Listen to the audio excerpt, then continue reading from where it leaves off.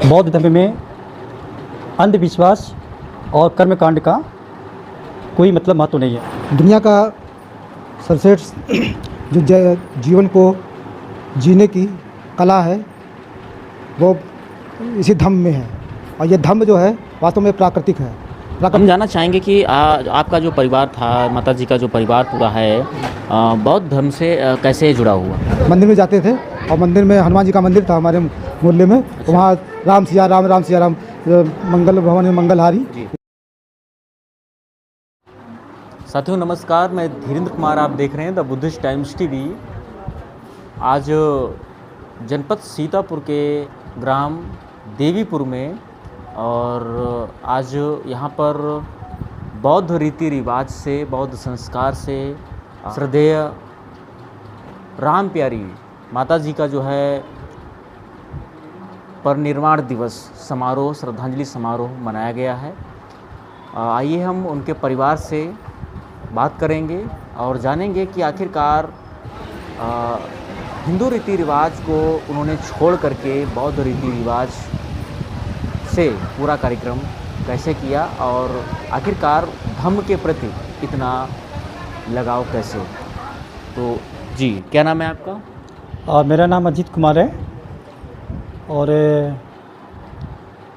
हम लोग बौद्ध धर्म के प्रति शुरू से समर्पित है, क्योंकि बौद्ध धर्म में अंधविश्वास और कर्मकांड का कोई मतलब महत्व नहीं है।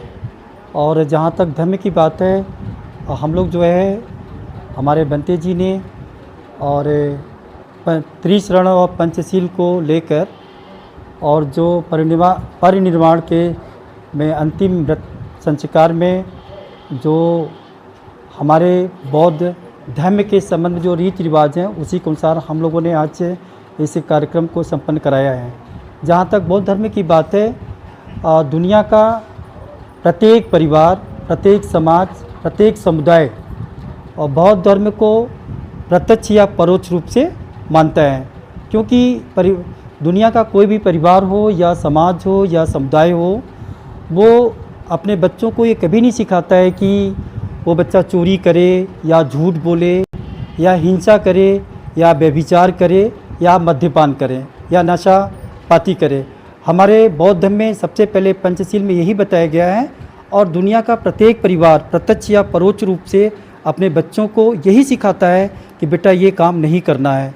इसलिए बौद्ध धर्म के विचारों को, सिद्धांतों को और मानने वाले जितने लोग हैं, सभी लोग प्रत्यक्ष और परोक्ष रूप से हमारे बौद्ध धर्म के विचारों को मानते हैं। भले वो स्वीकार न करें, किंतु दुनिया का प्रत्येक व्यक्ति हमारे विचारों को अपना रहा है, और अपनाने वाले जो समाज हैं, देश हैं, समुदाय हैं, वो विश्व में बहुत ही अग्रणी हैं। उसी क्रम में हम लोगों ने अपनी माता जी का बौद्ध धर्म से मृतक संस्कार से लेके और आज तक के पूरे संस्कार बौद्ध धर्म से कराए हैं। और मैं यही चाहूँगा कि दुनिया का प्रत्येक व्यक्ति इस सिद्धांत को, इस विचार को अपनाए, जिससे उनका परिवार और स्वयं और मतलब कि शांतिपूर्वक और प्रेम से, सद्व्यवहार से, नैतिकता से रह सके। जय भीम। क्या नाम है आपका? सुरेश चंद्रा। क्या करते हैं वैसे? ग्राम पंचायत अधिकारी हूँ। आज माता जी का परिनिर्वाण दिवस आप लोग जो है श्रद्धांजलि समारोह कर रहे हैं, बौद्ध रीति रिवाज से ही आखिर क्यों? दुनिया का सर्वश्रेष्ठ जो जीवन को जीने की कला है वो इसी धम्म में है, और ये धम्म जो है वास्तव में प्राकृतिक है। प्राकृतिक का मतलब होता है, एक होता है न्याय, एक होता है प्राकृतिक न्याय। तो जो प्राकृतिक न्याय होता है, जैसे दो बेटे हैं, एक बेटा मेरा बहुत मजबूत है, एक बेटा कमज़ोर है। अब मेरे पास मान लीजिए 100 बीघे खेत है, तो ऐसा नहीं कि दोनों को 50-50 बीघे देंगे, क्योंकि जो मेरा बेटा कमज़ोर है, हो सकता है हम उसको 75 बीघे दे दें और उसको 5 बीघे दे दें, या हो सकता है पूरे 100 बीघे जो है, जो कमज़ोर बेटा है, उसको पूरा का पूरा खेत दे दें। तो ये है प्राकृतिक न्याय। और जो सामान्य न्याय होता है कि भाई आधा आधा दोनों में बांट दो, तो ये प्राकृतिक न्याय पे आधारित है बौद्ध धर्म। और दूसरी बात, दुनिया में कोई भी व्यक्ति, कोई भी इंसान, हर व्यक्ति के अंदर जो जागृत होती है मन से आता है वो करुणा है, मैत्री है, दया है, समता है, समानता है और बंधुत्व है। ये हर किसी में होता है, लेकिन वो भले कबूल करे या न करे। अगर ये सब लोग कबूल करते हैं तो निश्चित रूप से जो हम कहते हैं एक चूल्हा एक चौका एक है मानव समाज, ये परिकल्पना धम्म सिक्के के माध्यम से ही पूरी की जा सकती है। और इसी पे चल कर के हम लोग यहाँ तक पहुँचे हैं। हमारे जो मम्मी पापा माता जी पिताजी थे, उन्होंने भी यही सब कुछ हमको सिखाया है। उनके अंदर भी जब माँ को कभी कहीं से पता चलता था कि वो कोई मतलब महिला डिलीवरी होने वाली है, तो उसमें बहुत उसको, क्योंकि उस माँ को नया जीवन मिलता है, तो ऐसे में वो पता करती थी अरे उनको कब डिलीवरी होने वाली है, उनके आगे पीछे कोई है कि नहीं है, चलो चलते हैं पता लगाते हैं, उसको हॉस्पिटल भिजवाते हैं। फिर सुरक्षित उस समय क्या होती थी, माँ को नया जन्म लेने में, क्योंकि माँ का नया जन्म होता था, और वही और ख़ास तौर से भारत में जो मोर्टेलिटी रेट था बच्चों को जन्म देने के समय में, उस समय बहुत सी माँ जो है मतलब अपनी जान को मतलब त्याग देती थी। तो वैसी स्थिति में सुरक्षित के लिए ये ज़रूरी था। उसके बाद में कहीं भी किसी प्रकार का कोई भी दर्द किसी के मन में हो तो वो उनको पहले दर्द होने लगता था और वो भेजती थी या जाती थी या भेजती थी। तो ये सब अपने लोगों ने अपने माँ से सीखा। लोगों की मदद करने में हमेशा वो आगे रहती थी। हम जानना चाहेंगे कि आपका जो परिवार था, माता जी का जो परिवार पूरा है, बौद्ध धर्म से कैसे जुड़ा हुआ? बौद्ध धर्म से कैसे जुड़ा हुआ? सही है। बौद्ध धर्म से इसलिए जुड़ा हुआ क्योंकि हम लोग बचपन में जब छोटे छोटे थे तो बाबा साहब की जयंती, पहले हम लोग तो मंदिर में जाते थे और मंदिर में हनुमान जी का मंदिर था हमारे मोहल्ले में, तो वहाँ राम सिया राम मंगल भवन मंगलहारी ये सब लोग करते थे और कहते थे कि भगवान जी खुश होंगे, शाम को वो प्रसाद मिलेगा। लेकिन ऐसा बहुत दिन किए, उससे कोई मतलब नहीं। उसके बाद होली को महोत्सव मनाते थे कोई, लेकिन जब हम लोग को किताबें मिली, ज्ञान मिला, जब ज्ञान आया हम लोग के दिमाग में, नहीं सब करने से कोई मतलब नहीं है, आडंबर नहीं करना, कर्म पे ही भरोसा रखिए, क्योंकि मेरे साथ में किए गए कर आप कुछ भी कर लीजिए, उससे कोई मतलब नहीं है। हाँ, कहिए कि पुनर्जन्म इसी जन्म में, जैसे अभी से का नाम बिछुड़ी थी तो हमने बताया कि पुनर्जन्म है। जैसे कहते कि पहले मेरा नाम ये था, तो पहले ये मेरा नाम था, लेकिन परंतु अब ये नाम नहीं है, तो ये जन्म, ये पुनर्जन्म है आपका। और पुनर्जन्म इसलिए है कि समाज की सेवा करने के लिए, सब कुछ इसी में, मतलब एक रोल, एक भूमिका पूरी तरह से ख़त्म करके दूसरी भूमिका को अपनाना, यही पुनर्जन्म है भौतिक जीवन में। और उसके बाद में कहाँ पर कोई चीज़ नहीं है, कुछ भी नहीं है, ना किसी ने देखा नहीं, जब सुना नहीं तो हम क्यों माने उस बात को। तो हाइड्रोजन के 2 परमाणु, ऑक्सीजन का 1 अणु मिल करके ही पानी का निर्माण होता है। उसी तरह से भगवान बुद्ध ने कहा कि मैं मुक्तिदाता नहीं हूँ, मैं मार्गदाता हूँ। ऐसा आप करोगे तो ऐसा आपके साथ में होगा, ऐसा नहीं करोगे तो क्या आपके साथ में ऐसा होगा। इसीलिए उन्होंने कहा कि आत्मदीपो भव, स्वयं प्रकाशवान हो, यानी दूसरे के प्रति आप आशावान न रहें। जी बिल्कुल। माता जी के विषय में कुछ ऐसे शब्द जो प्रेरणादायक हों लोगों के लिए प्रेरणादायक सबसे ज़्यादा ये है कि जैसे कि आज के समय में मतलब शादी होती है और बच्चे हो जाते हैं, फिर बाद में क्या करते हैं कि ज़्यादातर लोग जो है जॉब वाली ही अपनी उम्र जीवन से नहीं ढूंढते हैं। तो क्या होता है कि या तो आया लगा देंगे बच्चे के पालन पोषण के लिए, या फिर सर क्या नाम आना जाना, बस बहुत ही उतना प्रेम नहीं दे पाते हैं अपने बच्चों को। जिस बच्चे को हमने जन्म दिया है उसको भी हम अपना पूरा टाइम नहीं देते हैं। लेकिन हमने देखा, माँ से हमने सीखा कि चाहे वो अपने बच्चे के लिए तो सभी करते ही हैं, वो तो जानवर भी पाल लेता है अपने बच्चे को, ठीक है, लेकिन दूसरे बच्चे जैसे कि चाहे वो भाई का बेटा हो, चाहे वो अपने हस्बैंड का बेटा हो, मतलब किसी के भी सबके बच्चों को अपना समझती थी और सबकी पोटी भी मतलब यहाँ तक कि साफ करती थी। तो अब इतना, अब ऐसा कौन करेगा। अभी यहाँ पर मतलब हमारे ताऊ जी की बहू है, अब वो बीमार पड़ी, सबको घृणा होती थी, लेकिन उन्होंने कहा नहीं, चाहे वो मेरी बहू हो, चाहे वो भले उनके जेठ की बहू थी, लेकिन उन्होंने घृणा नहीं किया। उनको भी जैसे लैट्रिन है भाई होता ना, पेशेंट होता है, तो जो रोगी अवस्था में तो कितनी उम्र हो चुकी थी उनकी? लगभग 73 वर्ष थी। 73 वर्ष होने के बावजूद भी जो है लगातार वो जो है समाज में सेवा के प्रति उनका भाव। जिस दिन वो ख़त्म होने वाली हुई है, जिस दिन प्राण त्याग देने वाली थी, उसके मात्र 2 घंटा पहले हम लोग कहते हैं कि मानिए माता जी हम तो सेवा आई हैं, तो मतलब वो थोड़ा सा बाथरूम लगा तो पॉट था, उन्होंने कहीं कर लीजिए, तो थोड़ा सा बाथरूम बाहर हो गया, तो कहने कि नहीं वो पोछा लाओ हम साफ़ कर देते। अरे हमने कहा हम तो हैं, हम पोछा लगाएंगे। हाँ, जब आपने 3 साल 4 साल हमारी पुट्टी लगातार साफ की तो क्या हम क्यों नहीं करेंगे? तो मतलब वो जरा सा मतलब किसी से मतलब जरा सा हेजिटेशन नहीं, और उनके अंदर मतलब ये कि कोई ये गरीब है, ये अमीर है, ये बड़े पद वाला, ये छोटे पद वाला, ऐसी कोई भावना नहीं रहती थी। सबके अंदर एक समान समता वो बंधुत्व का भाव हमेशा रहता था। इसीलिए जहाँ पर हम लोग रहते हैं वहाँ पर एक थोड़ा सा मैदान था लखनऊ शहर में, तो वहाँ पर मैदान में क्या करें, धीरे धीरे करके गरीबानी बस्ते को झोपड़पट्टी बन गई। अब वो झोपड़पट्टी वाले भी इनको प्यार करने, और जबकि हम लोग मना करते हैं यहाँ पर, मतलब थोड़ा सा ये भाव आता था ना कि जैसे कि अभी गंदा कपड़ा पहन कैसे आ गया यहाँ पर, होता नहीं भाव आता है कि सब लोग साफ़ सुथरे से रहे, लेकिन उनके अंदर ऐसा भाव नहीं था। अरे ये भी लोग, इन लोग को भी जीने का हक है, इन लोग को भी रहने दिया जाए। धीरे धीरे पूरा बस गया। तो ये मतलब ऐसी कोई भावना नहीं रहती थी, बहुत अच्छी भावना से रहते थे। ये मम्मी पापा के मतलब माँ के मन में भी था, पिताजी के भी मन में था। हाँ जी। तो भिक्षु संघ तथा गौतम बुद्ध है, डॉक्टर बाबा साहब अम्बेडकर और सुरेश और बेट की माता जी का परिनिर्वाण हुआ है। इस दुख की घड़ी पर हम सब लोग सब परिवार तन मन धन से मदद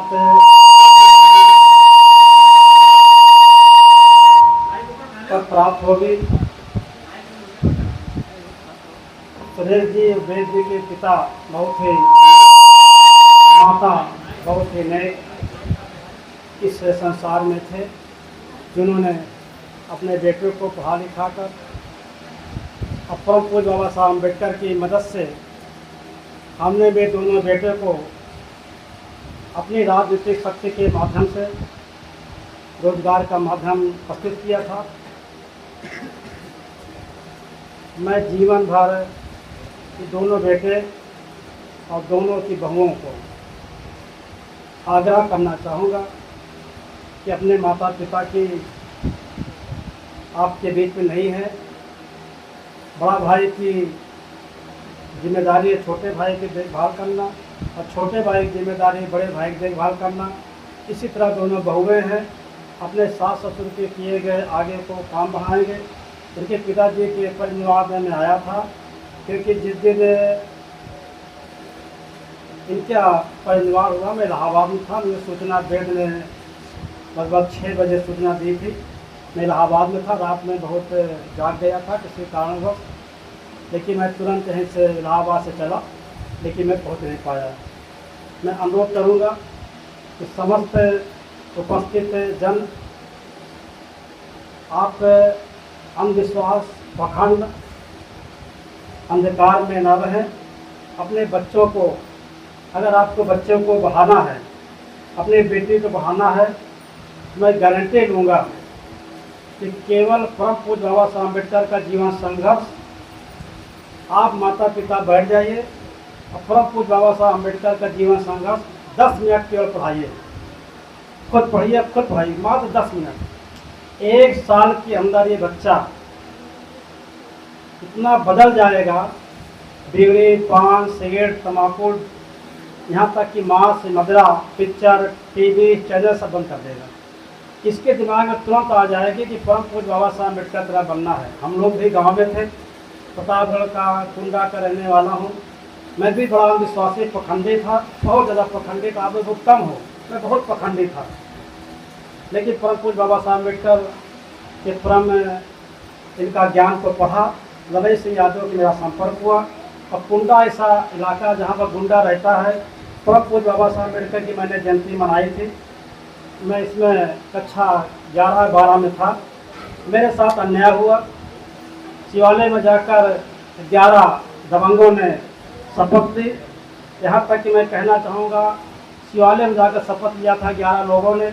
मेरी हत्या करने का प्रयास किया, लेकिन मैं मेरी हत्या नहीं कर पाए, और सीओ पुंडीरा ने मेरी जान बचाई थी, और 2 कांस्टेबल बंदूकधारी मेरी रक्षा के लगाए गए थे। लेकिन दुख की बात यह है कि दोनों बंदूकधारी जो थे, ये मेरे यहाँ पानी कैसे पिए, क्योंकि हिंदू व्यवस्था के अनुसार हम शुद्ध थे।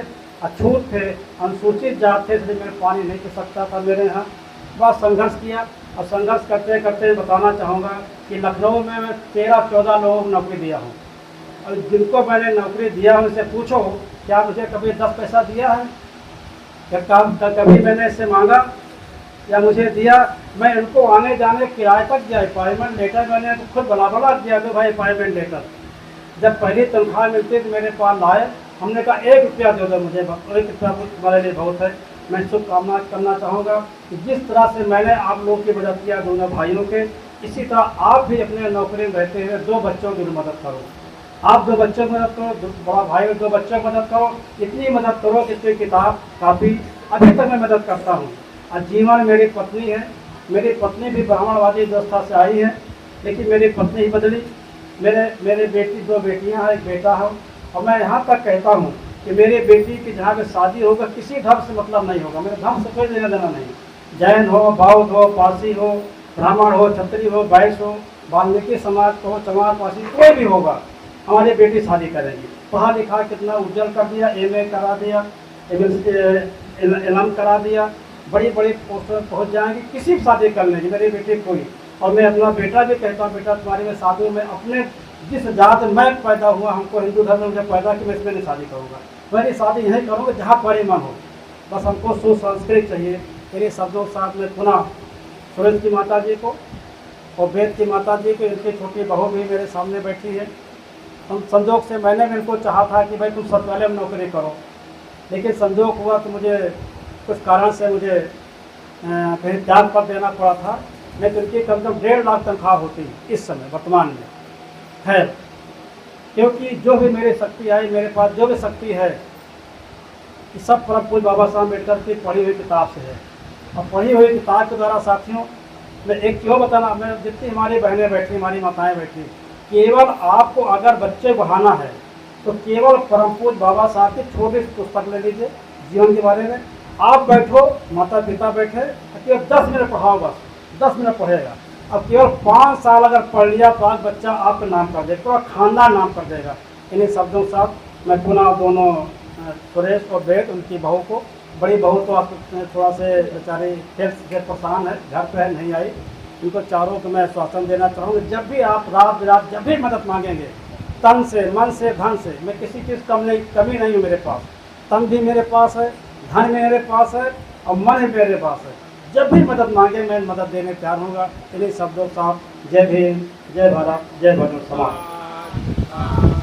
विशो भगवान् सम्मा सम्बुद्धो विद्याचरण संपन्नो सुगतो लोकविद्यावस्तरो पुरुष धम्म सारथी सत्ता देव मनुष्याणां बुद्धो भगवाति बुद्धं जीवित पर्यन्तं शरणं गच्छामि। एच बुद्धाय तीता च एच बुद्धाय नागता पच्युपन्ना च हे बुद्धायं वन्दामि सर्वदा। नास्ति मे शरणं यं बुद्धो मे शरणं वरम् एतेन सच्चराजेन आयुर्मे जयमङ्गलम् उत्तमङ्गेन वन्देऽहं पादपुंसुगरुत्तमं बुद्धे फलितो दोषो बुद्धो खमतु तन्मम। यं लोके विच्यति विविधाभूतो रतनं बुद्धसमं नास्ति तस्मासोऽपि भवन्तु ते। यो सम्यसिन्नो वरवोऽधिमूले मारं ससे नमः विजेत्वा सम्भूतिमागच्छयनन्तराणो लोकोत्तमं परिमामि बुद्धं नमामि। साक्षातो भगवता धम्मो सन्निधिको अकालिको येहि पस्सिको उपनायको पश्यतं वेदतापो भिन्नो नीति धम्मं जीवित पर्यन्तं शरणं गच्छामि।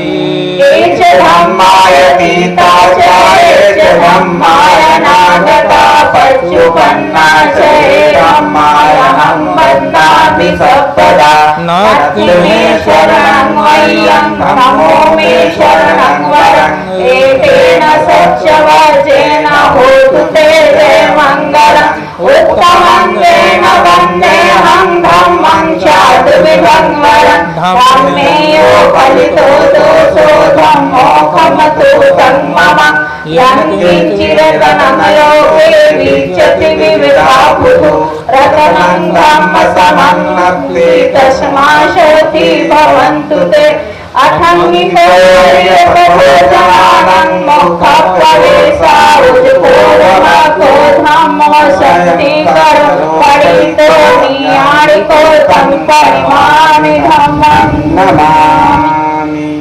सुकटिपन्नो भगवतो शावक संघो जुकटिपन्नो भगवतो शावक संघो न्यायपटिपन्नो भगवतो शावक संघो स्वामीचि पटिपन्नो भगवतो शावक संघो यददं चत्वारि पुरुषयुगानि अठ पुरुषपुङ्गला एष भगवतो शावक संघो आहुनय्यो बाहुनय्यो दक्षिणय्यो यञ्जलकरणीयो यनोत्तरं पुल्यं खेतं लोकस्याति संघं जीवितपर्यन्तं शरणं गच्छामि एच संघाय तीता च एच संघाय नागता पच्छुपन्ना च ये संघायहं वन्दामि सर्वदा नत्थि मे शरणं मह्यं शर्धो मे शरणं वरम्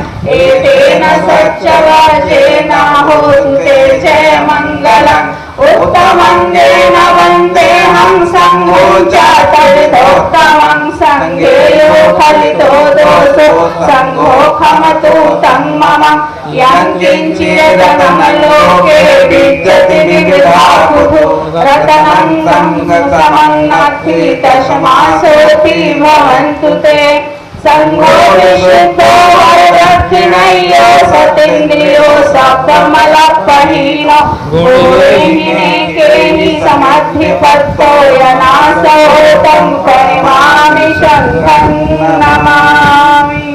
आप देख रहे थे द बुद्धिस्ट टाइम्स टीवी की विशेष खबर।